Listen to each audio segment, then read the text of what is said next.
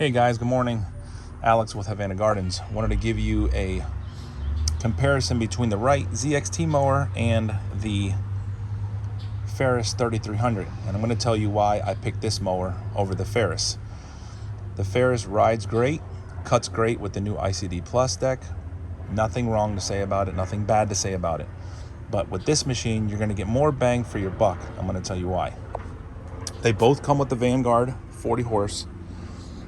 This one's a little easier to change because your drain plug is here, so you put your pan down there. It's just like doing a car. With the Ferris, you have a hose that's stuck down here, and then you have a T-switch that you gotta open up, and then you put the drain plug down there. And it's brand new, so the T-switch probably works now. Who knows if it's gonna go bad later? So I didn't want to have to worry about that. Also, with the Ferris and the Wright, you do get the 26-inch tires, which are both standard. But on the Wright, for the same price, I got the Tweels, which are coming in because they didn't have it at the shop. I got the Quick Shoot, and I got the Run Flats that are come standard on the Wright ZXT. On the Ferris, like I said, you do get the 26-inch tires, but you have to pay for this, and you have to pay for some Run Flats. Now, I thought about putting Run Flats on the Ferris if I were to go that route, but then I thought about, well, what happens to the suspension and to the shocks that are on there? Is that going to void the warranty? Because obviously it's a commercial unit, so why would you not put Run Flats on it unless there's something to do with it? So I called Ferris, and they said they'd have to look into that type of question, of course, because if you have air in the front, you can kind of like put the PSI lower or higher to make it softer or firmer. So I was like, well, if I do the Run Flats and all of a sudden something goes wrong with the shocks, I'm going to be liable for that. Maybe, I don't know, because I never heard back from them. And all of a sudden you're out of warranty on the shocks, which they do have a 5-year warranty on the shocks. But again, I didn't want to play that game, and I don't want to worry about it. So again, another worry that I don't want to have to deal with. With the spindles on the ZXT, they come closed, no grease fittings. On the Ferris, you have a grease fitting on every single spindle, and there's a couple other grease fittings that you have to do on the arms that if you look at the pictures, you'll see what I'm talking about on the Ferris. Those have to be done according to different types of hours. Again, something else I didn't have to worry about, because if you do forget to grease them, you're gonna have a big problem with Ferris. They're gonna say, we're not gonna warranty it because you didn't grease the spindles, blah, blah, blah. Now you're out of a mower. With this, you get in, you get out. There's no grease fittings nowhere on this machine. It's nowhere to be found. There's none on the front tires. There's nothing on these arms. Nothing. So you're good to go on that. Now on the Ferris as well, you do have 2 tanks like this one, but this one only has 1 fuel gauge. So this fuel gauge does both tanks, and this is a 15-gallon tank versus the 11-gallon tank on the Ferris.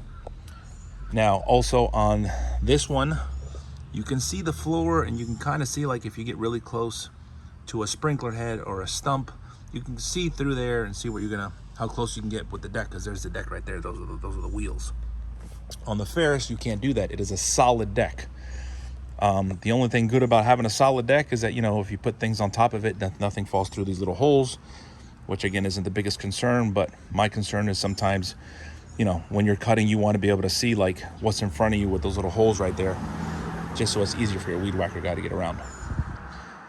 Also, this one has the suspension seat here, and then it has another spring underneath. That's what that traveler seat is. If you guys look up Wright manufacturing, you can see Mr. Edward Wright tell you all about that seat. Like I said, I'm just trying to make this short for you guys to see what the comparison was between this and the Ferris. You have a little thing there to charge your phone, or this one's EFI, so there's no choke you have to worry about. Just start that thing and go. The numbers here are pretty good. You take this thing right out, put it back in. On the Ferris, it still has a little, I think they brought it to magnetic this time, but for some reason their brake handle's right here. So when you put the brake handle down, it kind of gets in the way of where you're looking at on the on your deck settings.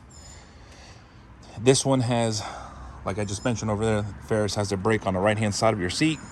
This is the brake here for the mower, for the mower to put the brakes on. Now, another good thing about this is that if the brakes are off on this machine, you can get on and off of it as long as the blades aren't running. So you don't have to put the brake on every single time you want to get off. So if there's a branch, if there's a hose or something like that, and you need to get off the machine, all you have to do is turn off the deck, turn off the blades, and you can get off the deck, no problem. You don't have to put the brake on and off every single time you get off it, which is great. I thought that was a really nice feature. And other than that, guys, I mean, it's pretty much it. Like I said, nothing wrong to say about the Ferris, but when it comes to bang for your buck, you're going to get more bang for your buck on this machine. And I said, a lot of less worry. We already have worry enough running these type of businesses and whatnot. And especially if you're running a crew and you send out a crew with your schedule, like I said, once the two wheels come in, there's nothing for them to worry about other than putting gas and checking the oil. That's all you have to do. And the oil change on this thing is every 500 hours. And then the hydraulics is every 1,000 hours. Not like if you have the smaller machines that they used to be like, or they still might be 50 hours or 100. You'd have to look into your manual for that. So you can pretty much go almost all summer or the whole winter without having to change the oil. So it's another good thing. So other than that, guys, it's a great mower. Cuts great. This one cuts great. They both cut great. But like I said, for the bang for your buck, you're going to get more bang for your buck on this machine and less worry. Hopefully this helps you make an easier decision.